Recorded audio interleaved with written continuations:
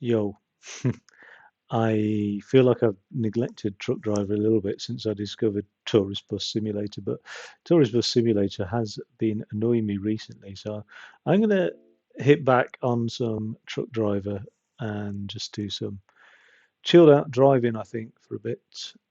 And yeah, that's it really. Some nice meditation music in the background, nothing too dramatic, and just drive around for a bit, enjoy my coffee, chill out.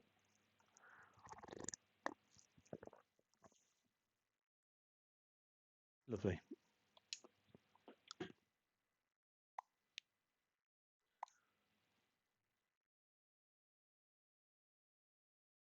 Red light spells danger.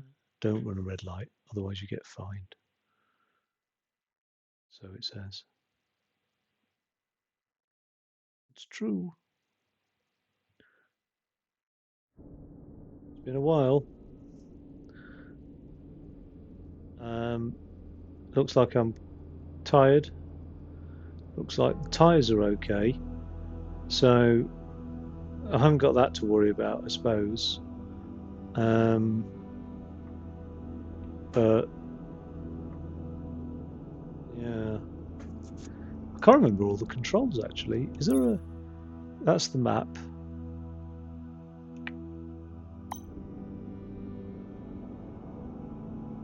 Oh, that's lights.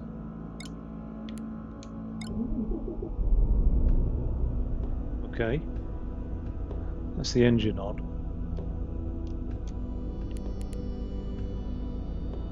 Um,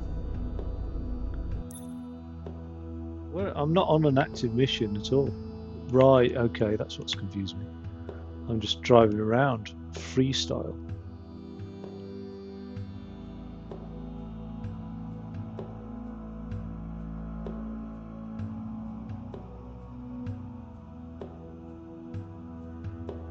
That's where I need to be at.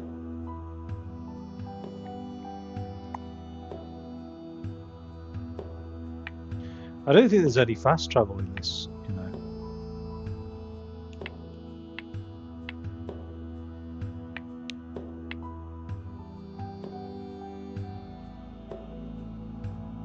Like if I went.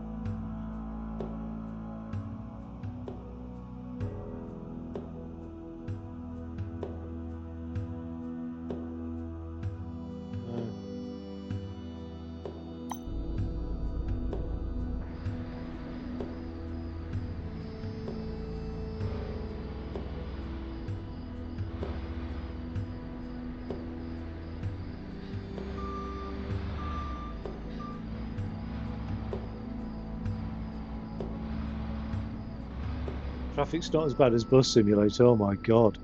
They'd have been ramming me by now. Right, let's go get some sleep. And then get on a mission, I think.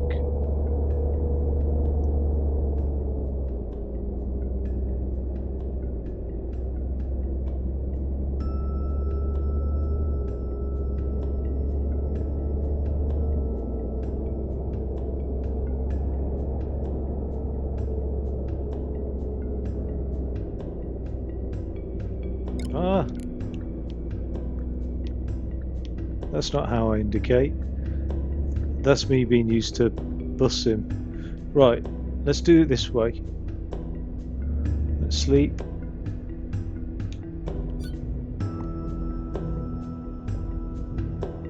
What time is it? 2 o'clock in the morning. Crikey. Let's get on our way. Can I actually exit through here? Oh, I've got my lights on.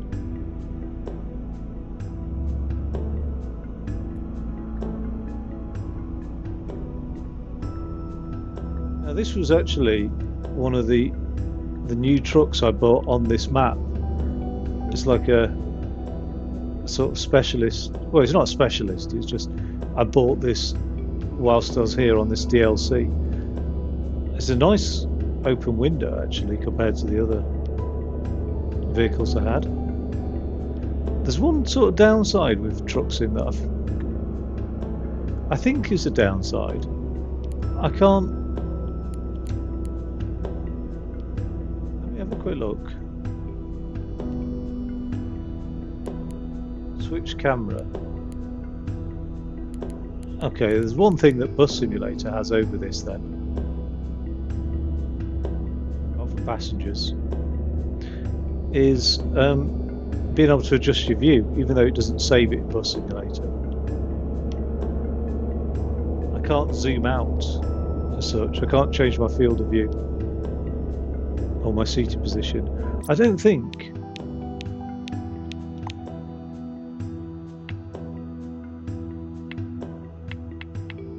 No. To all intents and purposes, this is quite a simple game in terms of what it can and can't do, but it does work well. Like, I've got no real issues with Truck Driver, to be honest. Look at that starry sky.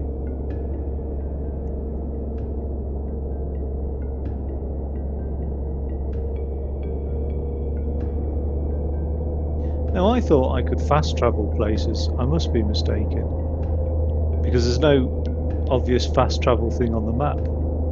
Oh wait, I can fast travel to garages, can't I? So as long as I open up a garage.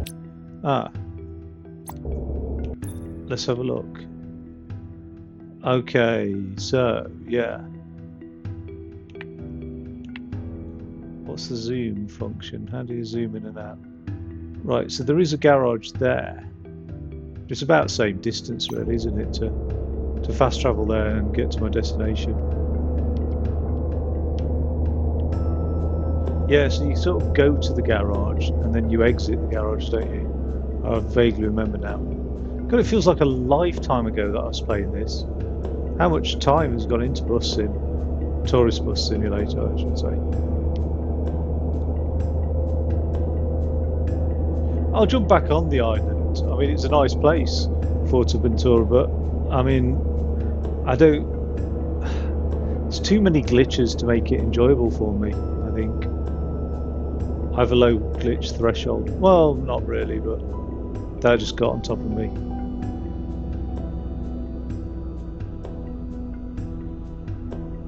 Where all this royalty-free meditation music comes from. That's what I typed in. Royalty-free 1 hour meditation music. I wonder if there's masses of the stuff. I mean, in my mind, like Enigma, Enya, do you know what I mean? Those are the definitive. Maybe, I mean, I don't.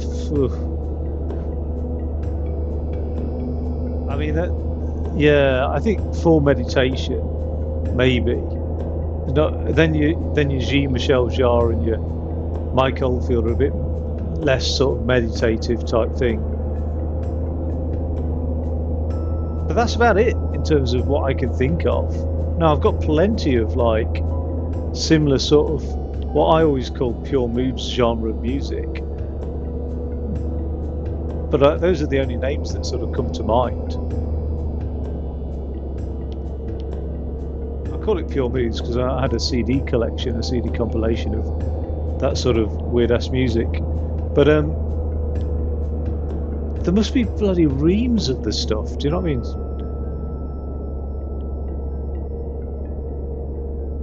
So who's making it? Do you know what I mean? Where's it coming from?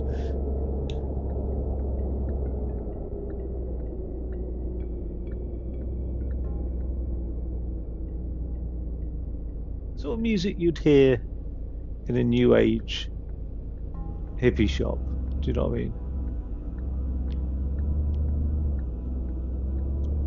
It'd be like Tibetan music coming up next or something, or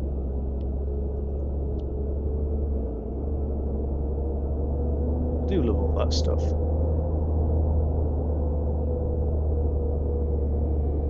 heading south, west, east? If I had to put my money on it, I'd be heading west right now.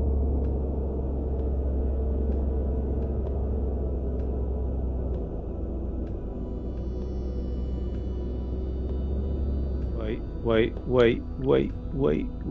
I've got somebody behind me as well. That's a bit done.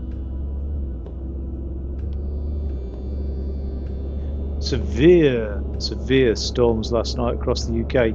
I think the Storm Isha, the ninth named storm of the season. I don't know why they have to name storms. I mean, I suppose just identifies the storm maybe or something like that. I don't know, but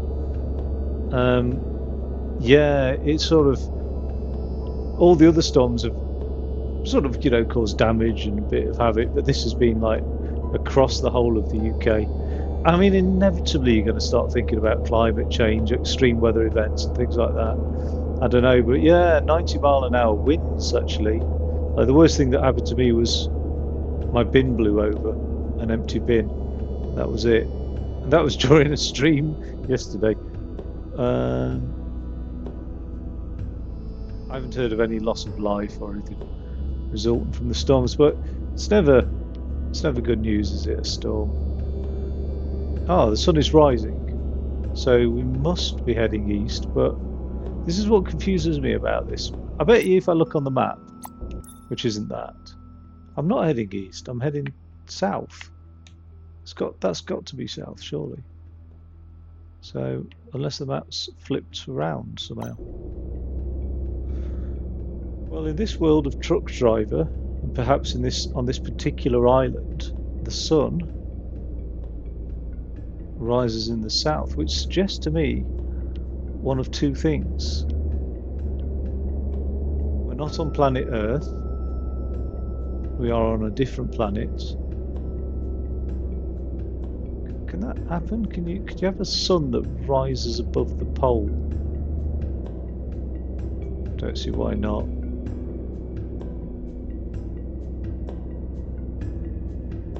Yeah, I suppose it could theoretically happen, couldn't it? A sun rising above the pole.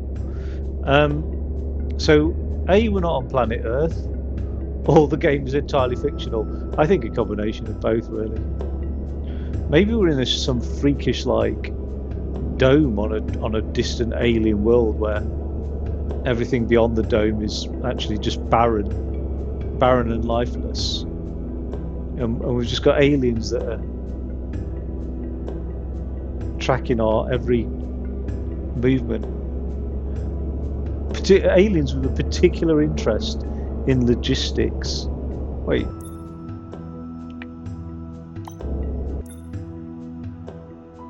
Oh yeah.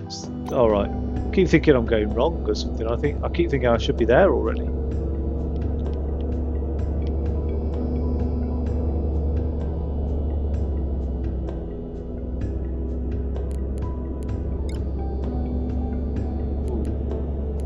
Still a little bit dark to have those beams, those lights off.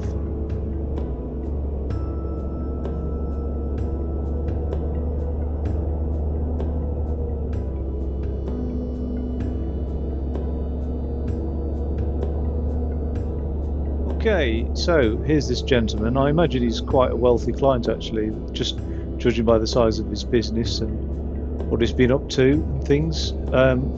Aluminium sheet metal is his thing actually, and I think our last job was delivering a massive like fish sculpture. I don't know where they put it though. I'm sure it's somewhere on the map actually, but yeah, it was a big aluminium fish sculpture, which was pretty cool actually. It's pretty well done. The sculpture goes. Half the sort of decision making, if you like, is where to put sculptures. Like a sculpture you can't just bung it anywhere. Do you know what I mean? And appreciate it. It really has an interplay between the actual sculpture and its environment, massively. As one of my clients told me once, Sculpture Park, that I was going to do a website for. I can't remember what happened to it. I They got the lottery funded. It was an incredible sale. I went in there thinking, oh, I'll do a website for £1,000 or something. I think I ended up agreeing £6,000 in the end. But I can't remember. Did I just do it for them for free or so? I can't remember what it was in the end.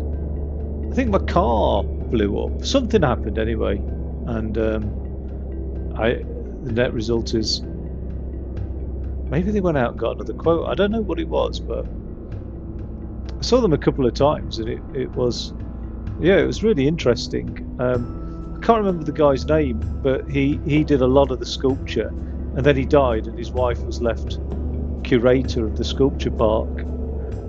And yeah, I think before I'd gone into the meeting, I'd had a wander around the park, taking some photos, and we were like sort of climbing about on the sculptures, taking photos, poses. And then during the meeting, she was like, and the trouble is, a lot of people come here and all they do is just like swing around the sculptures like monkeys. I was thinking, oh my God, did she see me doing that? Like, it was so bad. But yeah, she opened up my eyes to understand the sculpture. And then there's a sculpture park near me, Yorkshire Sculpture Park. Let's jump in on this one. I have some serious cargo. I trust you to be up for the job. Serious cargo? What's serious cargo?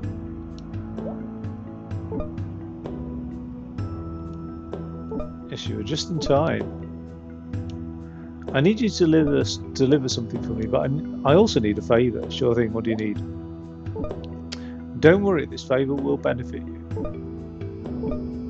I have a friend in Fiskborg. He's looking for someone who can transport some cargo for him. That's great. It'd be nice to have more jobs. Gives me an opportunity to see more of. I still can't say that. Mangefjell. Take this new refrigerator container to Fiskborg. Once there, look for Lars Hagnerson. I've already passed his location to you.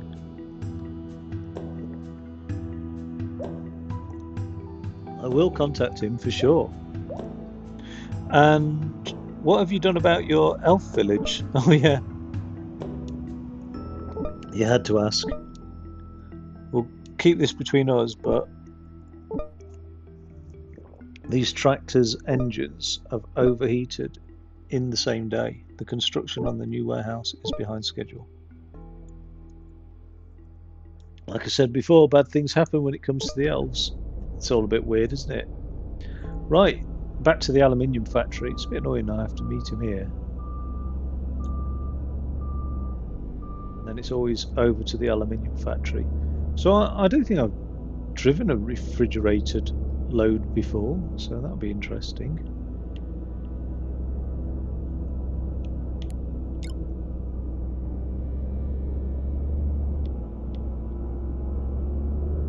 I don't have anywhere near the amount of incidents. Well, actually, again, you know, I shouldn't compare the two, but they're very similar. It's all in the same genre of games, and there's a limited number of games in this genre of like driving sim games. But I do seem to have a fair old number of accidents in Bus Simulator compared to Truck Driver. I think part of that is actually more to do with the fact that when I get a load in this, it's articulated trailer, which just makes cornering so much easier. Do you know what I mean? When you swing round in a bus, you take off the side of your bus every time, attach the trailer to your truck.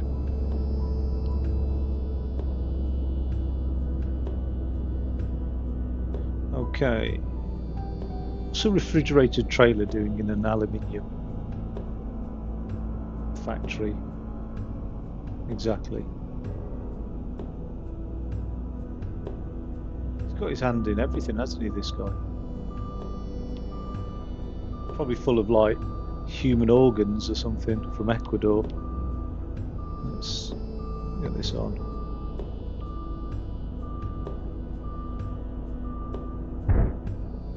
Okay, I always like to have a look at the trailer, see the length and what I'm dealing with. It's only a little one. It's awkwardly fixed on there, though, isn't it? It's like sloping. It's going to slope off the back there. That is really awkward, isn't it? The way that's fixed on. There's a weird thing in this game, though. You can't really just take the trailer off unless you're at the destination. Let's have a look, see where we're going. Biskborg. Okay, there we are. So there is a bed and there is fuel there. It's actually, that's not far at all. Won't take long.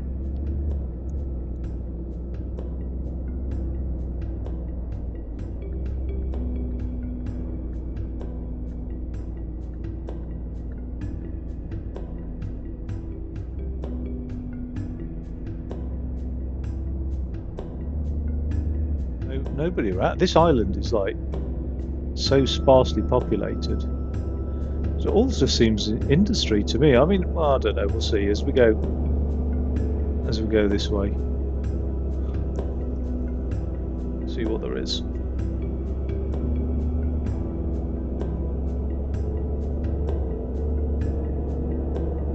Yeah, that's a. I don't know much about logistics really, but I know enough to say that, like, when you're dealing with like perishables, like food, refrigerated food and stuff, that in terms of distribution and logistics adds just such a complex dimension to everything you're doing, really.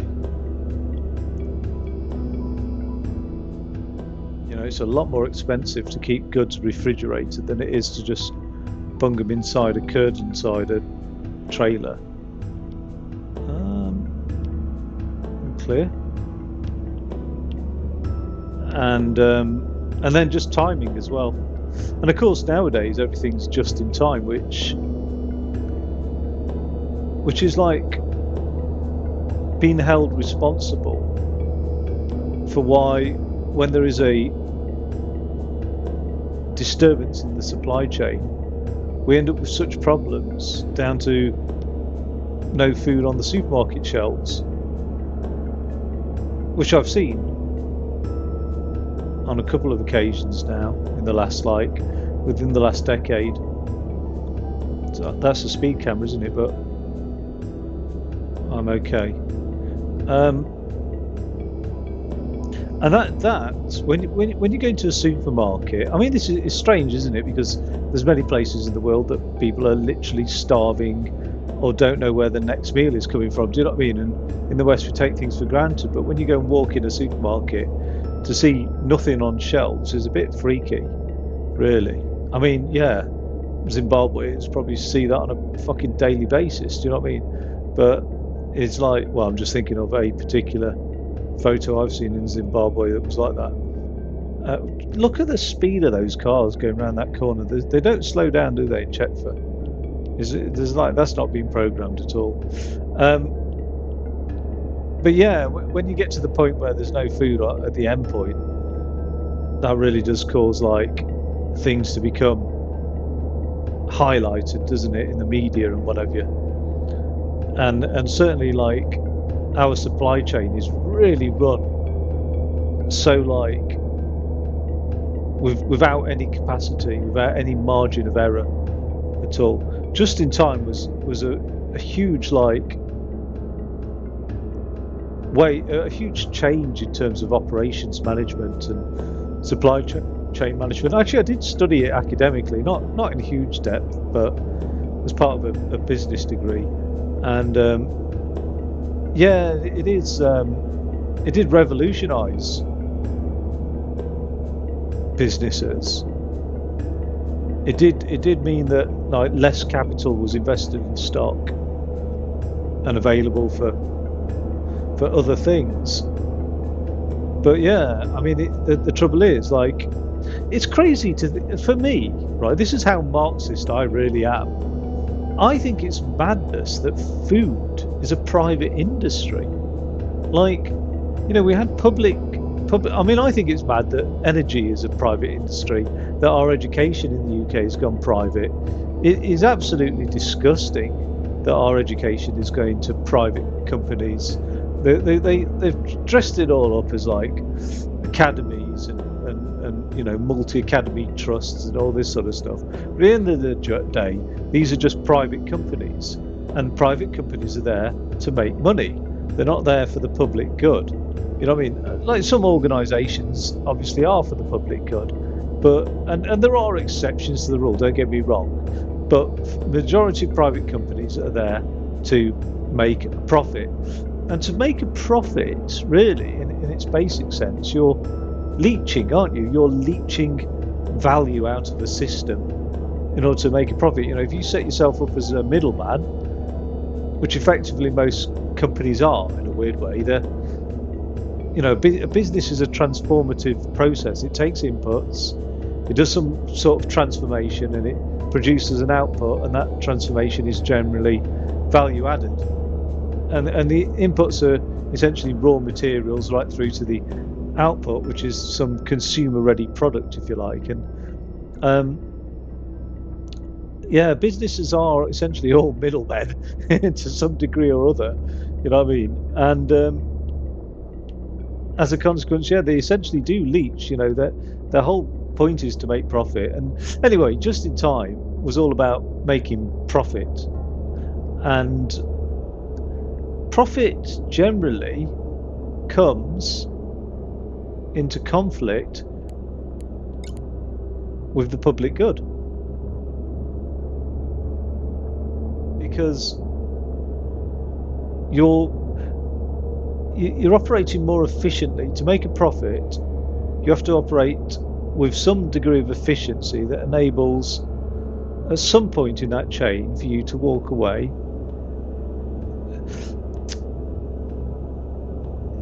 There needs to be some degree. The word exploitation is a very negative word, but there needs to be some degree of exploitation in the system in order to profit. You can't profit without exploiting, if that makes sense.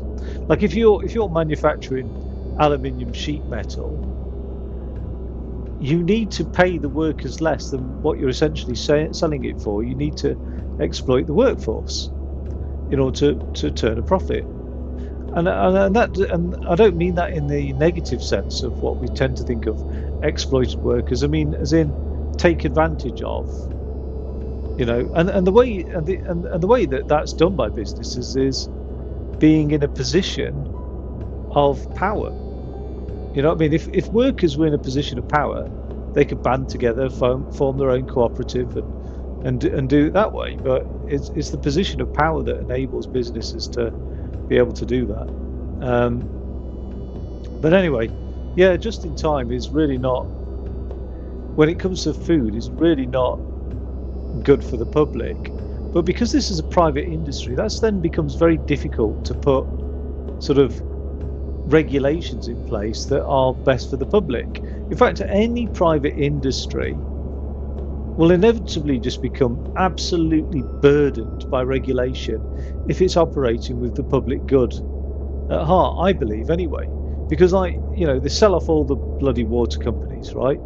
Well, that's a bad example because they weren't sold off. But say you've got water companies, right? The basic human needs are food, water, and shelter. Okay, and these are all industries that are increasingly more and more private, if not already completely private. And in order to take shelter, for example, in the UK, we've basically sold off all the social housing stock to a very small number of private landlords. And although there are a lot of private landlords, it's only a small number that own substantial amounts of this social housing stock via businesses, intermediaries, etc. Then to like start going, oh shit, now people are living in squalor and they haven't got a roof over their head, or you know what I mean, they're having to live in and out of hotels and all this sort of stuff. We need to now start regulating for this and that and whatever, and it just becomes insane. And I think the only answer is to bring back services, many services, under state control. I'm not turning down there, am I? I'm turning down this one. And I think start with fucking food, obviously. I mean, the food industry is absolutely disgusting at the moment. Like, I went around the supermarket a week ago. So like within 2 weeks after Christmas, and I saw yesterday as well another supermarket has followed suit. They're already putting Easter eggs out, okay, for the Christian celebration of Easter. That's like months away. They're already dumping out this chocolate. Now, we all know, well, some people don't know, chocolate is incredibly bad for you. Not only is it incredibly bad, but behind the whole chocolate industry is basically child slavery.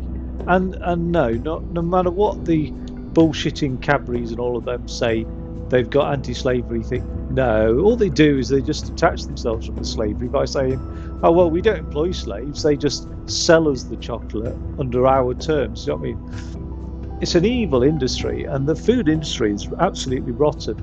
America, oh my God, it's just disgusting.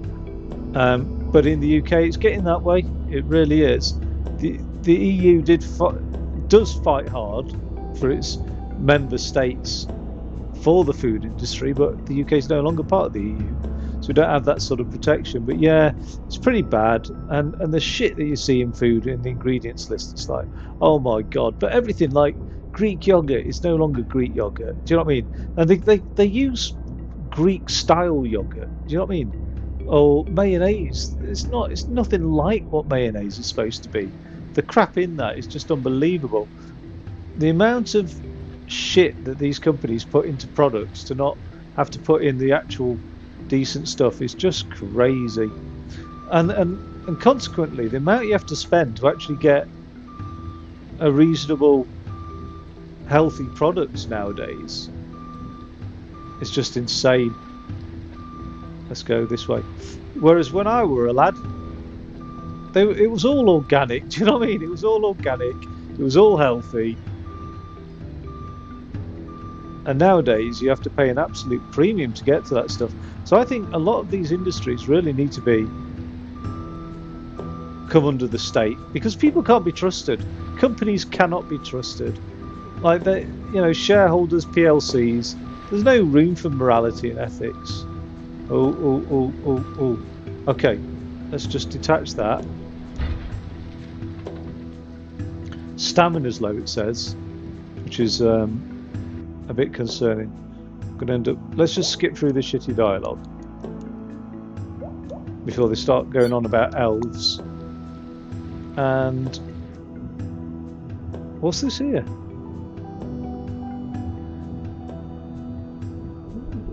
Would help if I started the engine. What is this?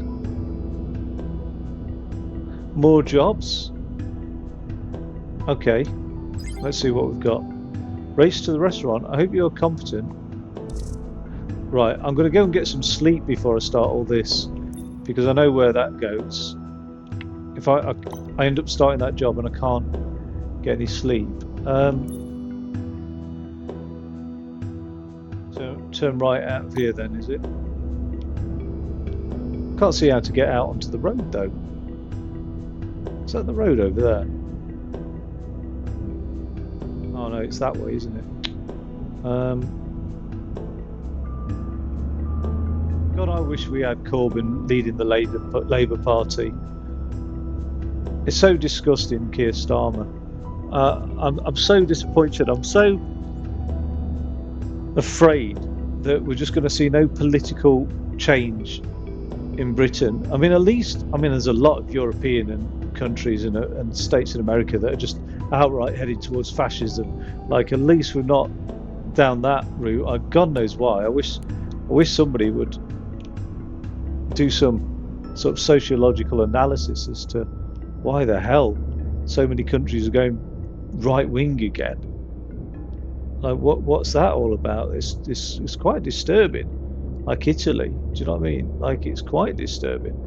That only has one outcome, and it's generally mass death. Do you know what I mean?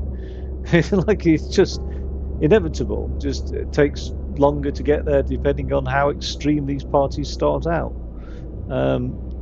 Because of that shift in the Overton window, basically what becomes accepted discourse or not.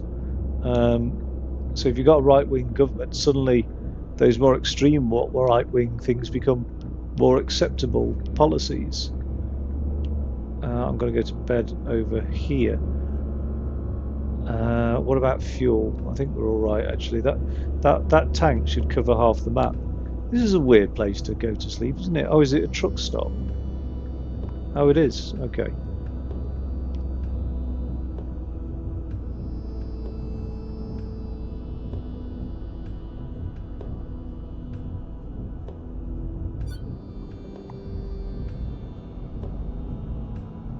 Okie dokie.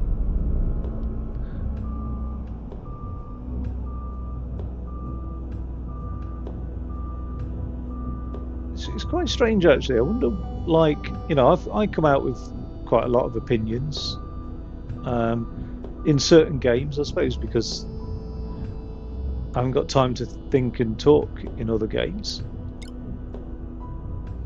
But there is a stereotype about taxi drivers having been quite opinionated. You know what I mean? And I wonder if there is something about something like meditative when you're out on the road.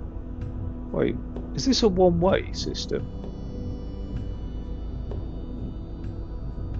Because that's saying turn right there. I'm not going to risk it.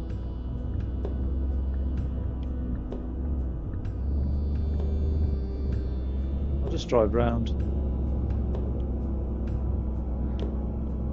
Are opinionated people attracted to driving jobs, or do driving jobs make people become opinionated? I don't know.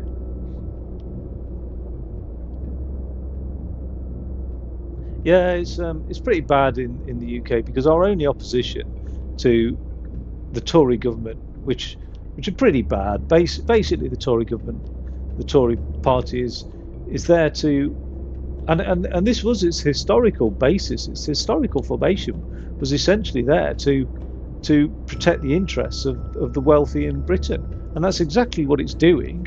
Like, no surprise. Like the average person in the UK is like seems to be taken aback by the decisions of the Tory government, but no, that's exactly what it was formed for, is to protect the interests of the bourgeoisie, if you like. Do not pull in. Oh yeah, it's cool.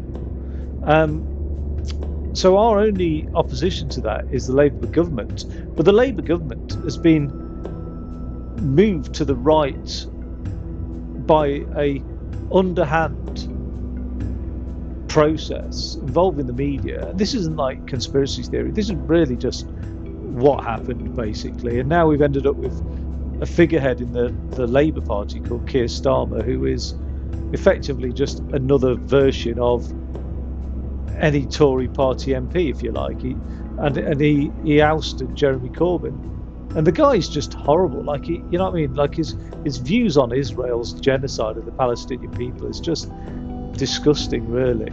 Like, I can't believe. I don't know. It's just such a shame, really, that we've got somebody like that. That's the best we can muscle up for, like, hopefully getting Britain sorted out, and it bloody needs sorting out because we've got a false economy right now. Let's go into this job anyway. Race to the restaurant. Hello, how are you, Mr. Hagnosson? Yes, I am. Oh, hello, are you, Mr. Hagnosson? Are you the offshore trucker that Olaf mentioned? Yeah, that's me. How can I be of help? The demand for fish has increased recently.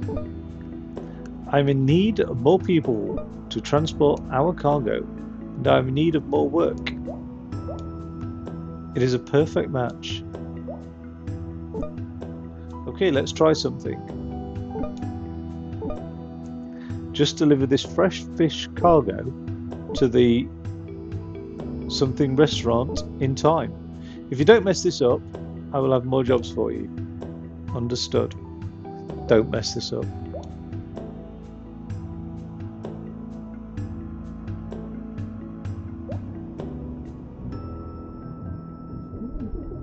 Where's the trailer?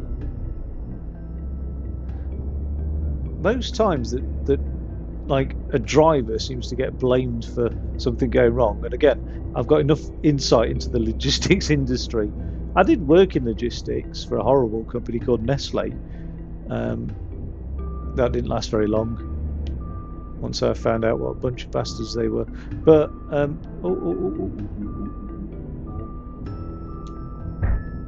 okay. But most problems with logistics are not the driver's fault at all. It's the problem of the people doing the planning in the logistics. So if the driver messes something up, it's because they've not been given enough time to do the job. Now, I've got a thing here. How big is this trailer? Bloody massive, isn't it? I'm glad I checked actually.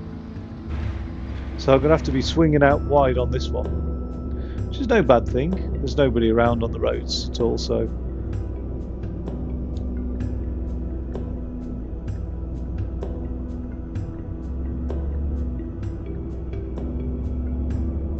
Where everybody is actually on this island. Maybe it's Storm Isha that's kept everybody indoors.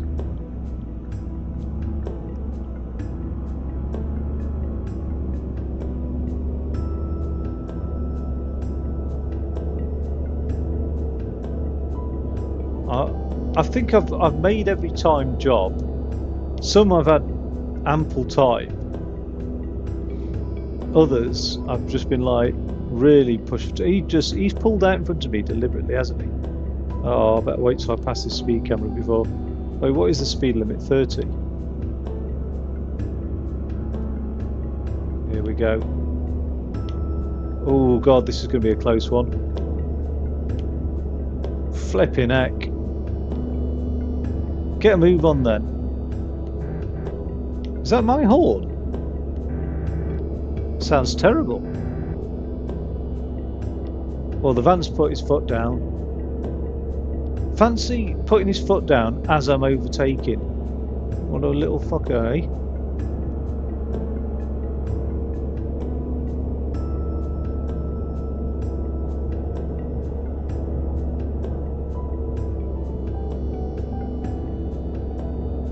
Minutes to go.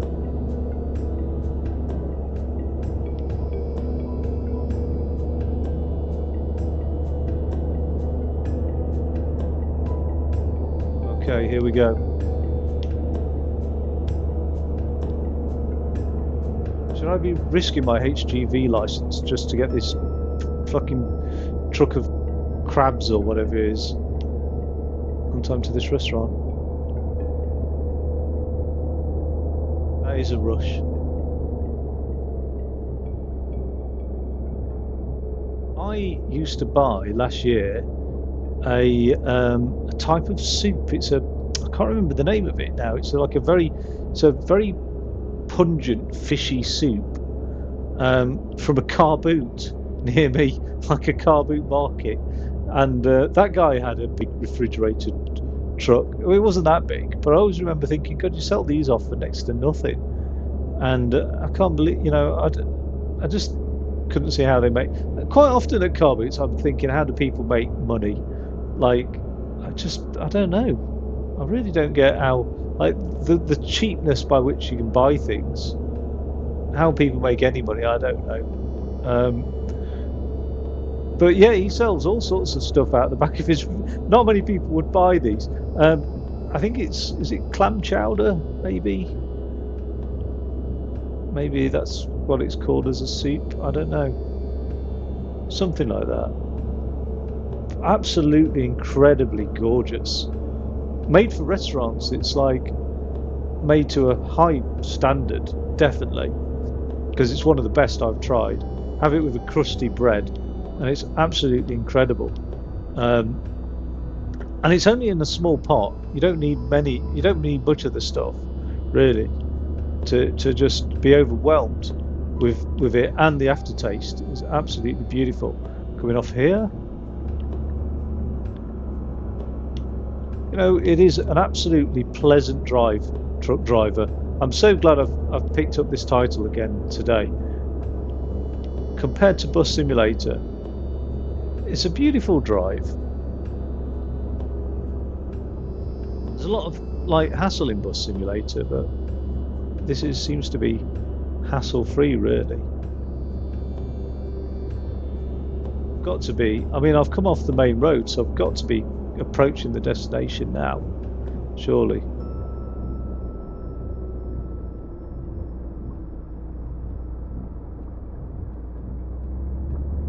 Although I could have had a very different opinion had that been a head-on when I was trying to overtake that van earlier.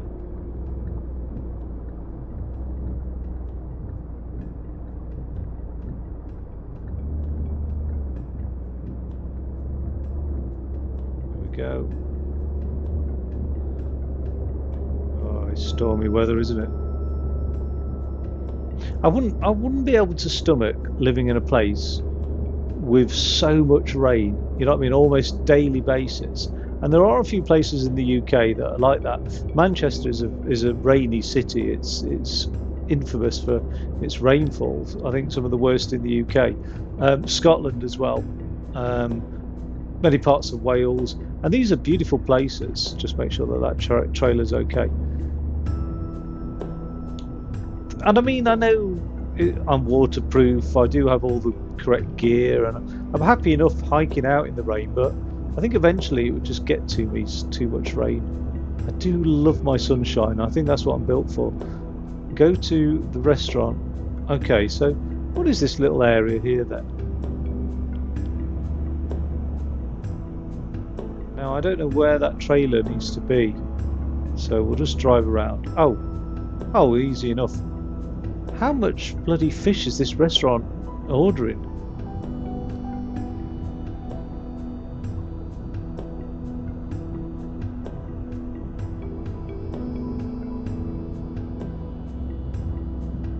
Well, it's nice and easy, just get it alongside this wall.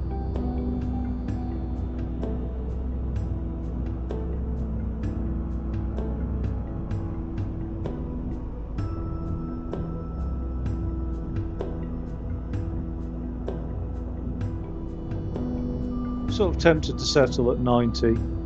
Yeah, there we go. £650, is that it for a rush job like that?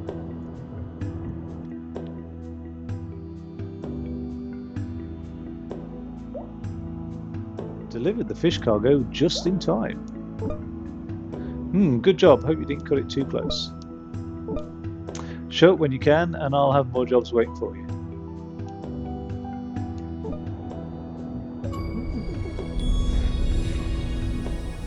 Fisher's friend. It'll come through on the laptop in a second, that. Is it? No. I had a time when it was like it'd come through on the laptop before it come through on the Xbox, which is a bit odd. Okay, we'll just go through this one way. Not to worry. Now, we've got somewhere else giving us jobs now. Kustenberg. I think I'm going to do another Kustenberg job. Whatever job takes me to the northwest of the island, into Heimsberger, I will do that job, and then I will head back to the mainland. I think because I miss the mainland. It's been a while.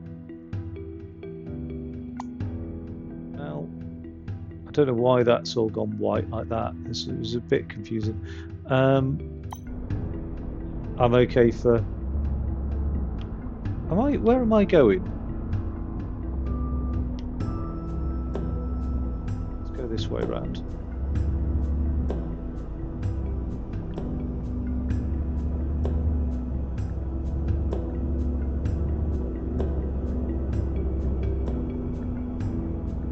Look at the state of it. It's cold, miserable weather.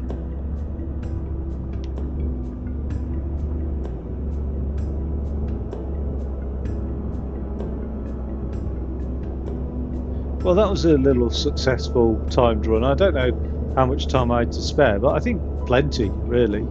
Probably didn't need to be doing any desperate overtaking manoeuvres. Oh, I'm just going over the speed limit there. I don't know this little town either. I haven't really been around it much, so. Oh wait, I'm not going in there. Whatever that place is.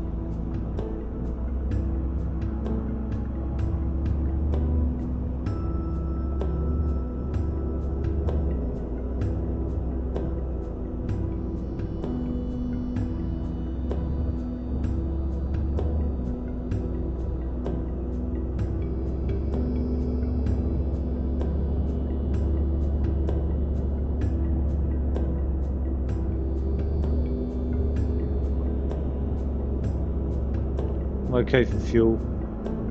Fuel seems to last a long time in these trucks, but I suppose it's like a swimming pool's worth of fuel that they hold.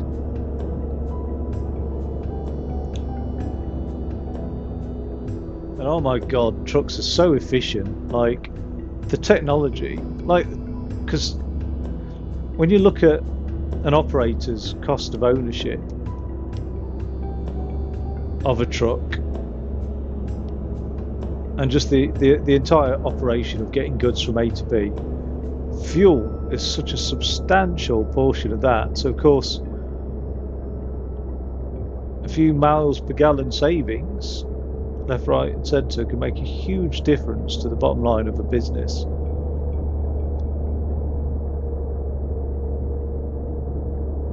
And that's also the sort of variable expense as well. I think a lot of businesses now lease trucks. I don't think they own trucks really. So like it's not for big business, it's not the done thing to own assets so much nowadays. I don't know why there is that huge shift. I never really got to the bottom of that, but I know a lot of big businesses just prefer to lease and expense than they do to actually own and depreciate. Don't know if there's got to be some sort of tax implication of that.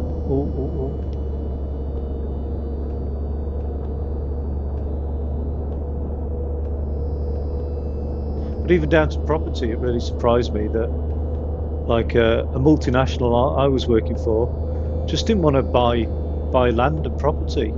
Ended up paying a guy. we set up a premises, and we ended up signing an agreement to lease these premises off a guy for an extended length of time, like a good 10 to 20 years. So I can't remember what the period was, but it was a good a solid lease term. I think it was 20 years basically. Before he'd even bought the property. So at that point, he's got a bit of paper saying, I'll lease this out. So all he had to do was go to the bank, get a commercial loan, buy the commercial property, and then lease it out to us, which was insane. Like, we just handed that guy a monthly income on a plate because we didn't want to, as a business, I say we, but as a business, didn't want to own the actual land and whatever you. Despite making the huge investment of developing on the land, building commercial buildings, etc., didn't want to physically own the land, which just seems strange to me. But this is quite the corporate thing, really. Whereas before, a few decades back, corporations would happily own land, recognising that that's one of the few assets you don't depreciate, and just goes up in interest, goes up in value year on year. Land is one of the few things that will, over the long term, always go up in value. Let's turn right here. I mean, they say the stock market will always go up in value, and it will. For evidence suggests that it will always outperform other means by which you can generate a passive financial income. But land, for sure, it's the one resource that's just depleting and depleting. But then that argument would be had about gold, although we've seen gold do nothing but increase in value as well, I suppose. Yeah, maybe. It'll always be about those finite resources. When we start realising that maybe air is a finite resource, or desalinated water is a finite resource, then maybe those things will just become ultra expensive and profitable. Where's this job icon? Oh, good. Okay, so we've done one fishy job. Let's go and do another. Hopefully it'll take us to the northwest area of the map.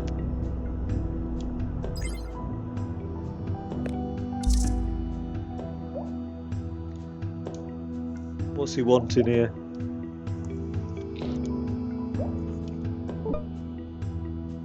You can call me Lars. I love the name Lars. We don't use surnames that often around here.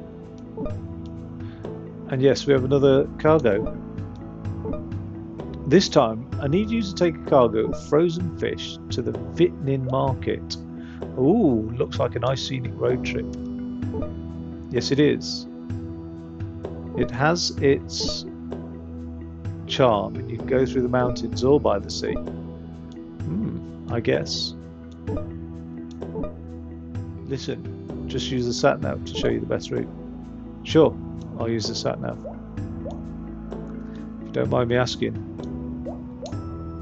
Seem to be recollecting about your time on that route. How is the... Yeah, well, it's none of your business. God, Jesus Christ. I tell you what, this truck driver is like a fucking therapist for people around here. Like that lady in that construction company, she was a bit... I mean, I don't know, some neuroticisms, should we say.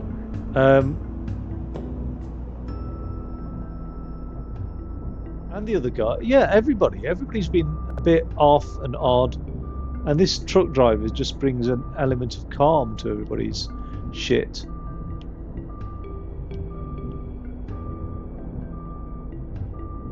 Is this timed? No, it's not. We've got plenty of time.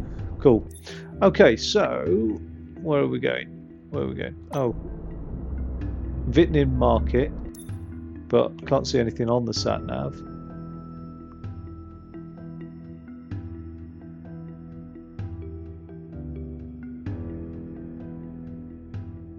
Go to location, but he's not come up.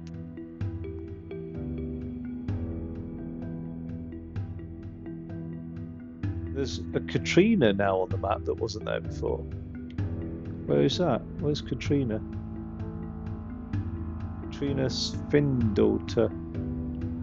Okay. Oh well, there's Vitnin anyway. So I'm going to take the coastal route, I think, because it's just nicer, isn't it? So come out of town, head northeast. Not that I know which way northeast is, but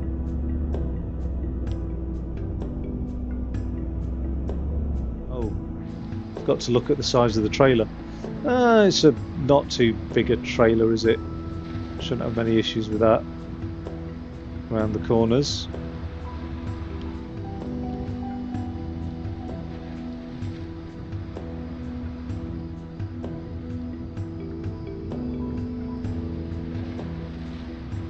Okay. Yeah, should be fine. So, looks like the sat-nav has picked up actually, so I'll force it onto the coastal route if it's not already taking me that way. Although it's a bit, you know what? Let's get some sleep and get some light on this situation, because what time is it now? You've reached level 3 for your tour driver skill. It's 6 AM, so it'd be nice to actually drive during the day for a change. So let's try and figure out if this is actually a one-way system or what.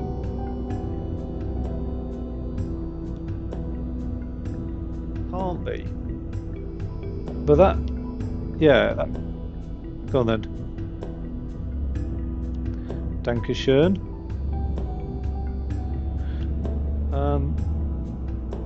But what threw me off is this road marking down here. Well, he's gone down that road. So what the hell? Look at the speed of which he's going round. Jesus Christ, slow down. Is that, you know what? Actually, that's like any industrial estate where you get boy racers, isn't it? Driving around in their hot hatches, although that's not a hot hatch. I'm not sure what it is. Um, oh, oh. Can I actually?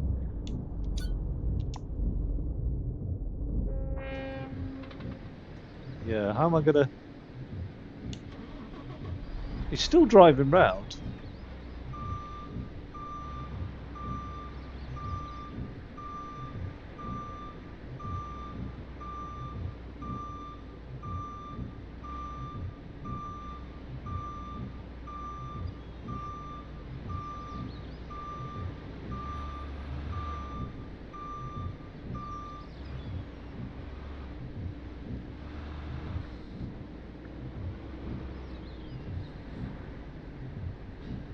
Wait. Yeah. Why is that road marking on the wrong side of the road? That's what's confused me. But yeah, he's driving around on the correct side of the road. So what the hell? Let's see if we could slow him down just by like being out in the road, or will he drive into the back of us? Is he slowing down? Yeah. Jesus. What's wrong with him?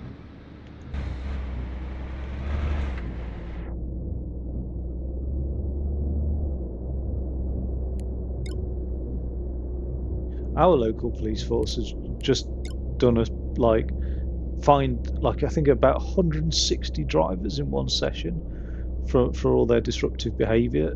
Like I don't know, it's about 10 miles away in quite a rough neighbourhood. It's always in the rough neighbourhoods, isn't it, that you get like drivers that you know drive around like that.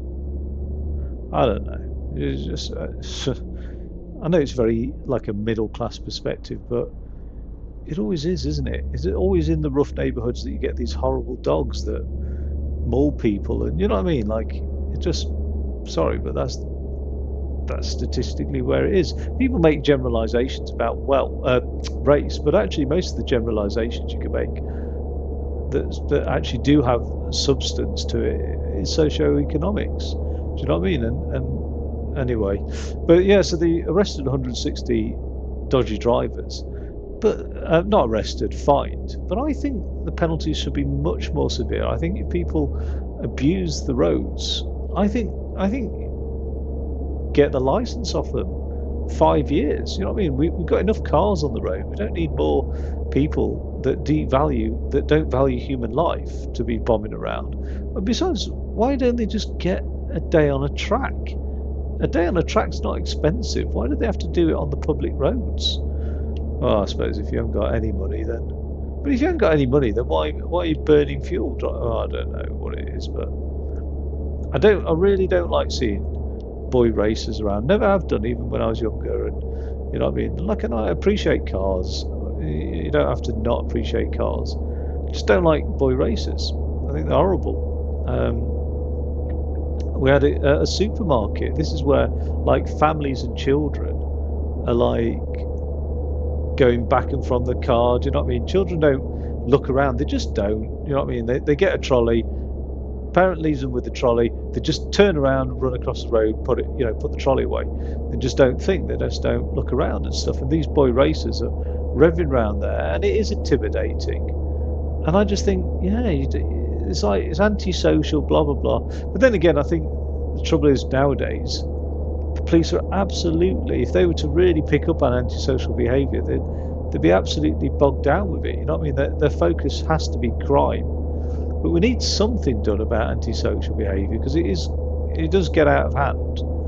And I suppose what we don't want to do is convert antisocial people into criminals by giving them jail sentences. Where are we going? Jesus, that car came fast, didn't it? Um, no, I didn't want to go down that route, did I? I wanted to do the coastal route. Now he says follow your sat nav, but I say sat nav schmat nav. I think I'm going to stick on this route. I think I'm going to take that little zigzag path through the mountains and see what there is to see. When sat navs first came out and they weren't properly adapted for trucks, and still to some degree now, even the big trucks use car sat navs. Like you can't really use a car sat nav in a truck because it doesn't cater for like low bridges and all sorts of things. You know what I mean? Or roads where you're restricted on the gross vehicle weight and everything. But back in the day, oh my God, trucks would end up in all sorts of crazy ass places. Now, I presume, I'm hoping, because this sat nav's telling me to turn around for a start, I presume I'm okay. I wonder what this is over here on the left. Oh, it's just a big, like, agricultural place. The sat nav's not really happy with me going all the way along here, is it? Oh, little trawler over there. Trawlers that trawl along the bottom of oceans. I think that'll be the next big ban, because there's been a recent study that's suggesting that scraping up shit from the bottom of the ocean, releasing huge amounts of carbon into the atmosphere. Well, it releases huge amounts of carbon, of which a good portion of it ends up in the atmosphere. I mean, it is crazy, like, compared to like China and India and what the shit they're spitting out. And I know it's a privileged position to live in the West, having benefited from like petrochemical production for the last few decades, and still now, basically. And then to criticize other countries. But like the small changes that we make in the West in terms of banning boats that trawl the bottom of the ocean. And it's amazing that we have to, we've taken this amount of time to ban those boats. Like, I mean, you don't have to be an ecologist to know that that's probably not the best thing to do for our planet. It's just scrape up the bottom of the ocean, all those habitats and things like that. But yeah, basically, these little things are just tokenistic, aren't they, in comparison to India and China? I mean, they still need doing, but it is still just tokenistic. It's mad that some countries are like reinvesting into coal production as well. It's like, what the hell? We desperately. I mean, I think the biggest thing facing humanity is within our control. I say within our control. I mean, disease is going to be a huge problem, isn't it, at the moment? Like, and not just that. If you think, when you look at the bubonic plague and how much that spread, there wasn't really that much migration everywhere. Do you know what I mean? People weren't traveling on fucking EasyJet everywhere. Do you know what I mean? Like, and yet the bubonic plague spread all over Europe, parts of America. Do you know what I mean? It was global, wasn't it, at the end of the day? Leprosy spread quite a bit. Lepromatous leprosy spread all over the place, didn't it? Really, that was a global health pandemic, wasn't it? Really, but when you look at like how long it takes to go from case zero to a global pandemic based around what happened in COVID.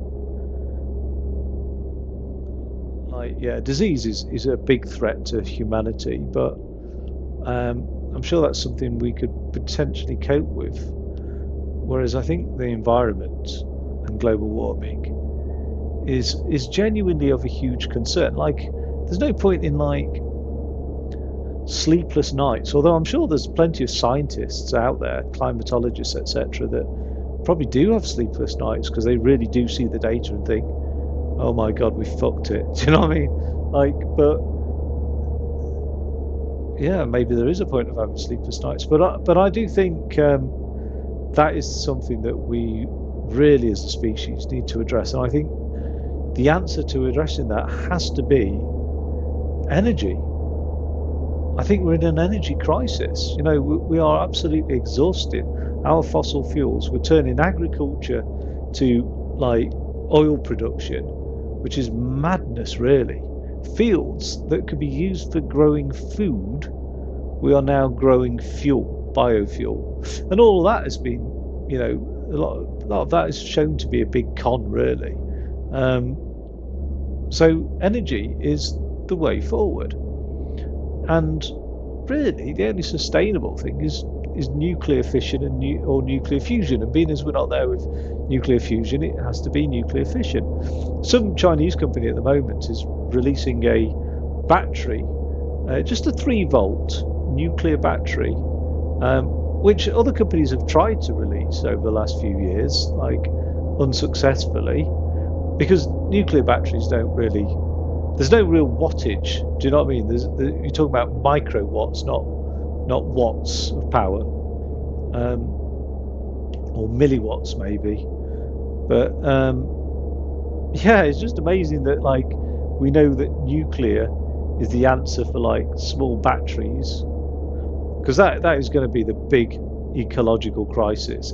Because these batteries that we're producing in these electric cars and stuff, of course, it's always waste is always the afterthought, isn't it? That's the trouble. And what the hell are we going to do with all that shitload of cadmium, mercury, nickel, whatever it is, all of those toxic chemicals? Where the hell are we going to dump them? Because we can't be, you know, I mean, like India's wisened up. We used to just be able to throw shit over at India, just dump it in Mumbai, have all the poor people sort through it. But India isn't so much interested anymore. It's got its own waste to deal with now. Where are we going?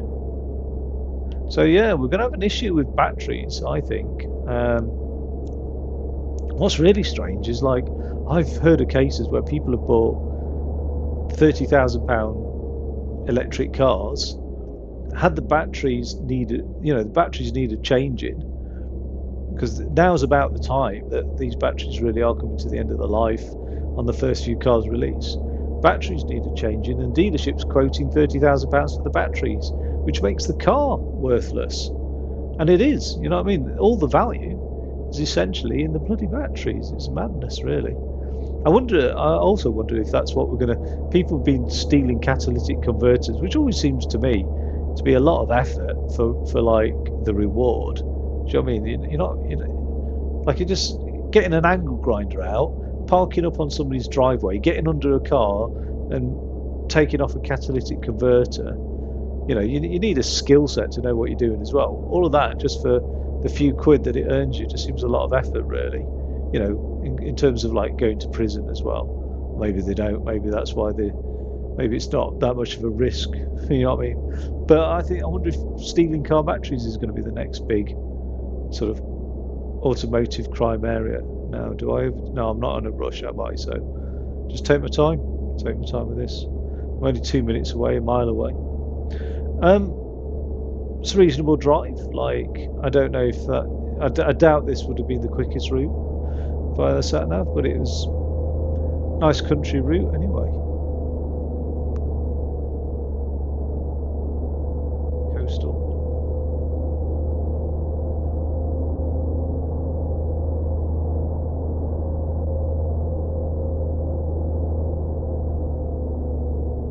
Now, hopefully, when I get up to Vitnin, I'll be given I'll have an opportunity to find some work up there, because otherwise I'm going to have to drive back down south. And if I have to drive back down south, I might as well go west and get back onto that boat and get across to the mainland.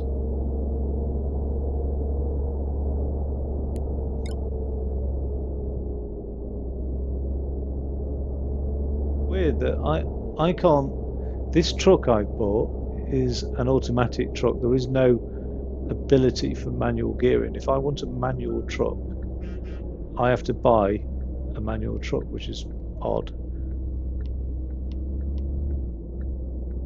It's like, surely all of these are just sequential gearboxes that can be manual or automatic. I don't know. I don't know how trucks work, if I'm honest.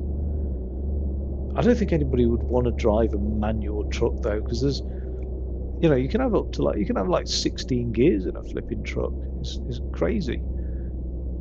Because I know this because some people buy H shifters for truck sims, and because a H shifter can sometimes just do up to 8 gears, people end up buying like a thing to adapt it so that you can make it do 16 gears. Where are we going? Oh, just in front. Now, can I... I'm going to have to reverse that in, aren't I? No, no, I'm not. You know what? I'll just decouple it. Somebody else could deal with that, as long as it's not me.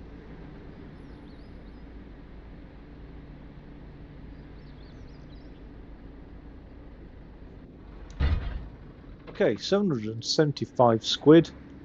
Not bad. Yeah, I'm going to skip that conversation. And then, is it what's around there? Nothing.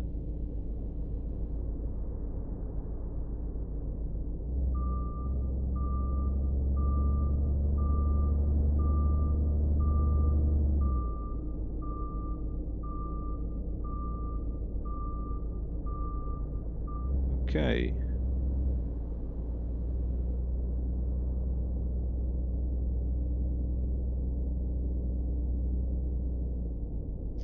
Right. So, where are we at? Where are we at? See, yeah, that's Heimsburger. That's the port over there. There are no jobs around here. So, I think it's worthwhile heading to Heimsburger. There's a nice little pier, which is a bit strange actually. I'll go by that pier. And I think I unlocked something like a troll head or something. I can't remember. I don't know what it was. It was weird. But it was only a brief session. I sort of fell asleep during that session, so I didn't save it onto YouTube. I just sort of passed out. Where are we at? Oh, it's at the end here. Okay.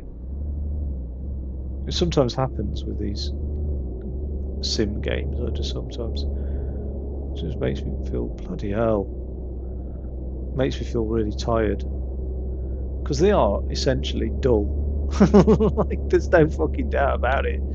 They are dull, but I need dullness occasionally. Um, yeah, it's down here.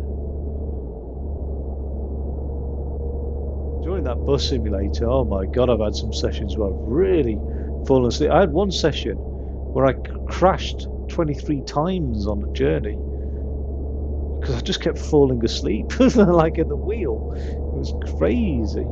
Yeah, it's down here. It's weird. It's not that weird. It's a pier. You can take this entire truck and drive it over the pier. It's a bit strange. And it was like when it came up, it said unlocked like one of 20 hidden places. I was like, 20 hidden places? How the hell am I going to find all the others then? Oops. Shit. That's what happened last time as well. I drove into that barrier.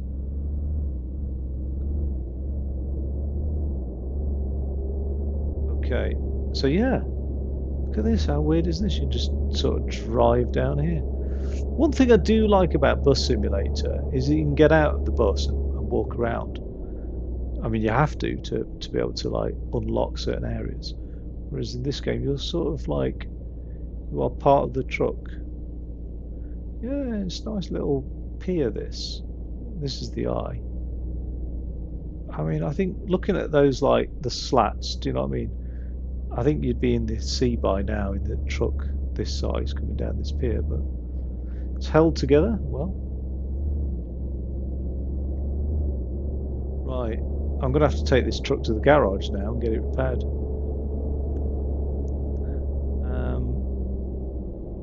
And then get back onto the mainland. In which case, I'm probably going to get the tyres done as well. In which case, I will just fast travel to the garage. Which is a bit lame, really, but how do I?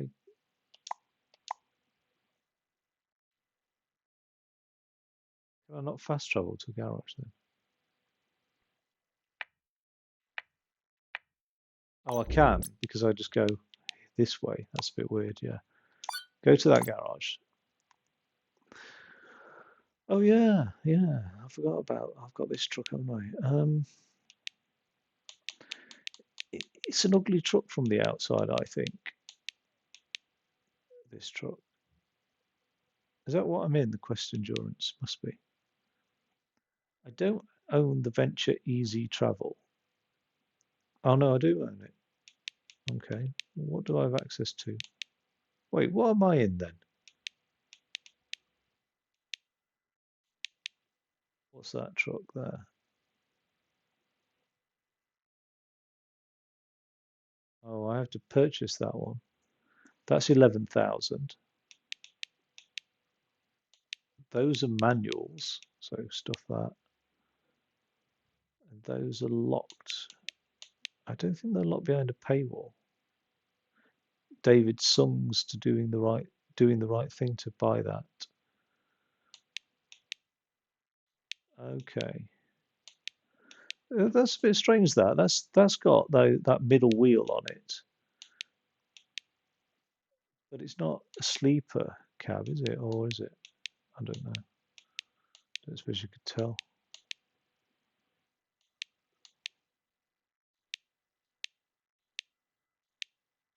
Oh, I don't own that Quest Endurance 8x4. Oh my God.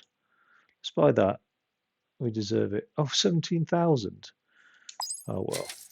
Done. Let's customize it. Can't change the engine. But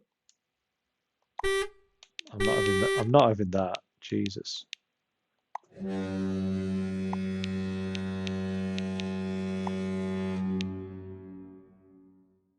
That's a bit mad.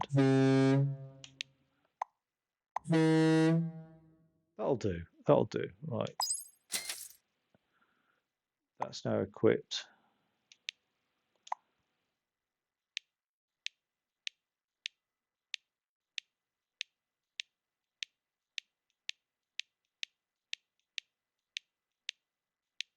I don't know.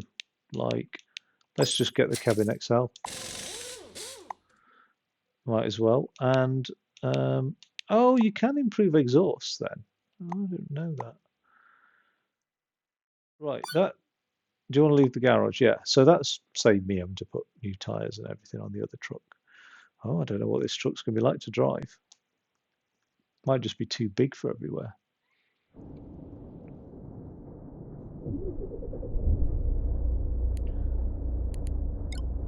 Okay.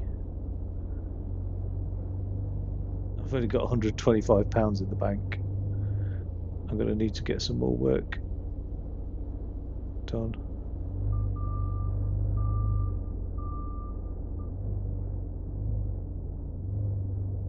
Oh, does that mean I can't actually go back to the mainland then? Because I won't be able to afford the ferry crossing. I don't even know if there is a ferry crossing. Let's go and check it out anyway and just see what's what.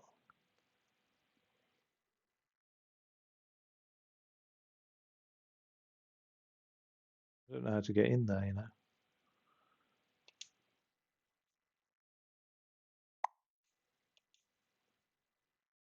It's not letting me put a waypoint down. Why is that? Oh, I have to put the waypoint on a thing, do I? Okay. Let's put it on this thing here.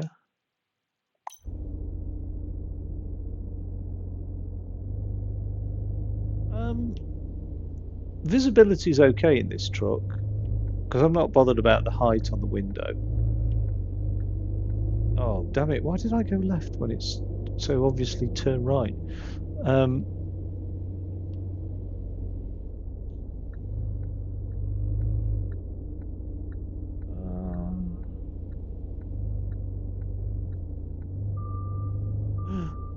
that car's just rocked up behind me.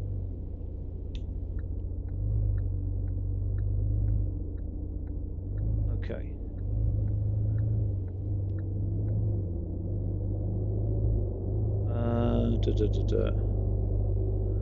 Where is it? Oh my God, it's a smooth drive. It's got a heavy rolling weight, you can tell, because when I take my foot off the accelerator, there's just no change in speed whatsoever. That's quite cool. It's neat physics, and my God, it pulls away quick as well. I mean, I know I've not got a load on the back, but it's fast acceleration, smooth engine, it's a quiet engine. One of the reviews said they'd prefer to have more truck sounds, but I think truck sounds wise, it's okay, this game. Like there's that BB40 bus or whatever it is, the little minibus that I have in Bus Simulator. My God, I can't hear myself think when I'm behind the wheel of that thing. It's so loud. What? Oh God! It's a good job he did his vanishing act. I wondered why that van was stopping then. Bloody hell! Right. I don't know if you get. I can't afford the fine for killing somebody. If you do end up getting that a fine for killing somebody.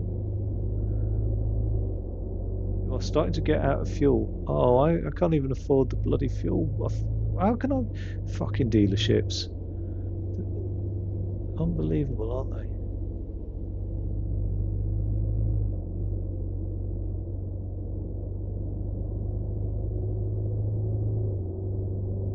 Having to negotiate with a dealership to get a bloody tank of fuel. It used to just be a thing dealers did. Do you know what I mean? They just put a tank of fuel in for you.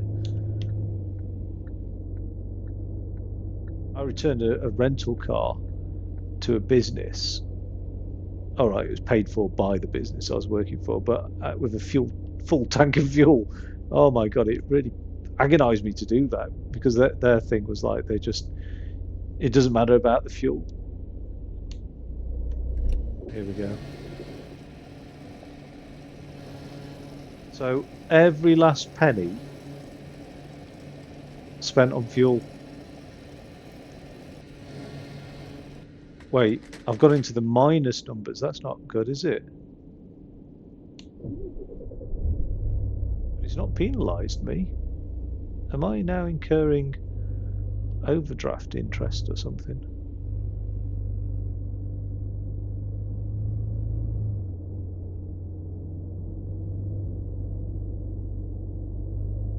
I don't like seeing that red -7 on my screen.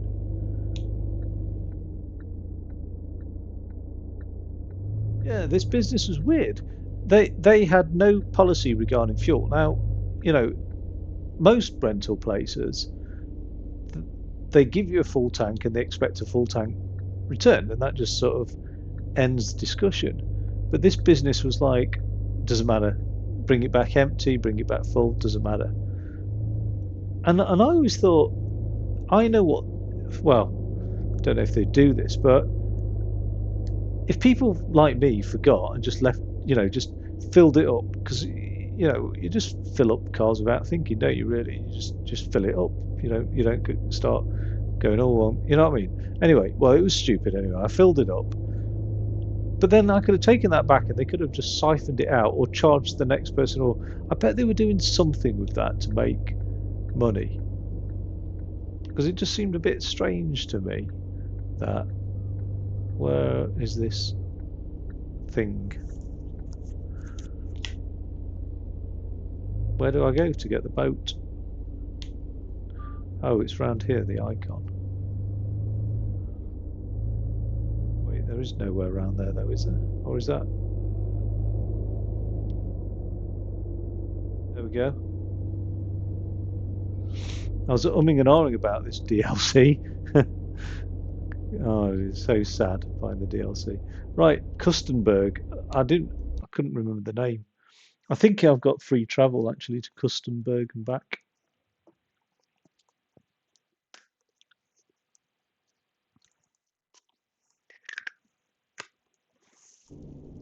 Okay, cool. Um, let's get some tunes on. Oh, it's a shame. I'd love to listen to some opera right now, but I can't.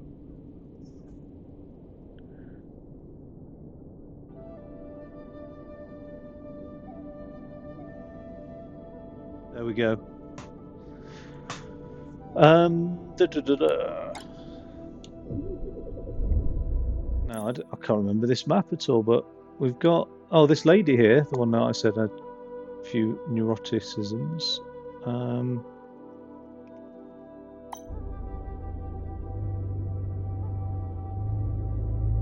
Let's go and do a job for her in the new truck. Oh, after I get some sleep, which I think that's the bed, yes. So let's go and. It's a nice truck, this, actually. I like it. I already like the view. I don't know about turning and stuff like that. I'm on it, I'm on it. I don't need a warning, thank you.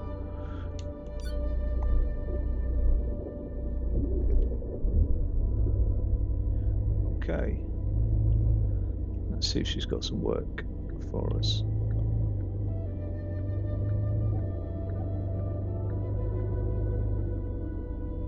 One of the games, the one, I think Bus Simulator, you can buy a DLC for it, but you need to have actually completed the game. So the DLC's got the worst reviews ever. It's like 1 out of 5. Because everybody's saying, oh, I bought it, but I can't use it. And the trouble is, in order to use it, you have to have completed the main game. Which is a bit odd, really. But it sort of makes sense. You know, why buy DLC if you haven't completed the main game? But that's exactly what I've done. This title here, let's do a job. Oh, you must complete all previous jobs. Andre Funar's 8th mission. So I don't want to do those like small short cargo jobs are nothing really. They're nothing to me. Where is Andre Funar? And I'll go to that garage there. Because I don't want to do the small cargo jobs because they're not like main story. They're just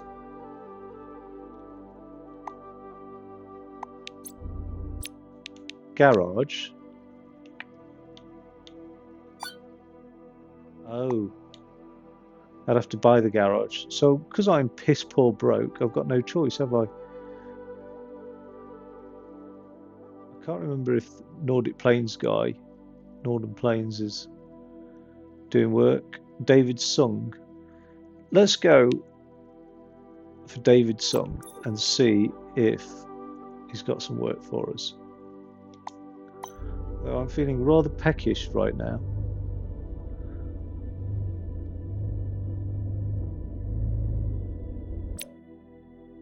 It's 5:20.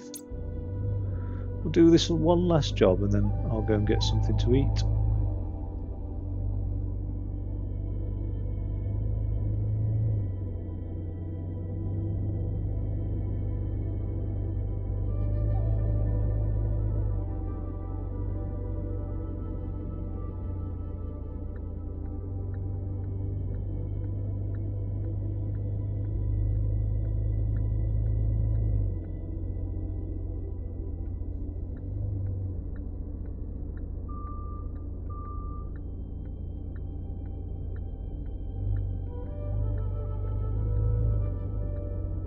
Oh God.